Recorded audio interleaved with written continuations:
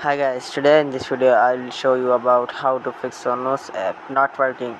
So let's start video. First of all, we need to go on mobile setting. I just want tap on here, and now which thing you can do, scroll down and you'll see your app management. Tap on here. So now I'll click on here, app list, and then scroll down. You will find your Sonos app. So I found it. Tap on here, and then I will check on storage usage, and now I'll clear all data on Sonos app.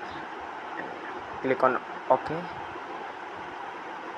This thing will be done.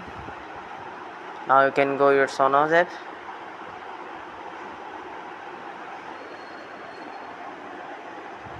It might be possible your problem will be fixed. If this problem will be not fixed, so now you will go again your mobile settings,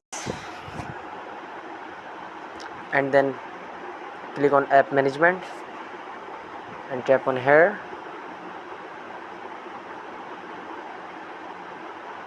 and again click on Sonos app,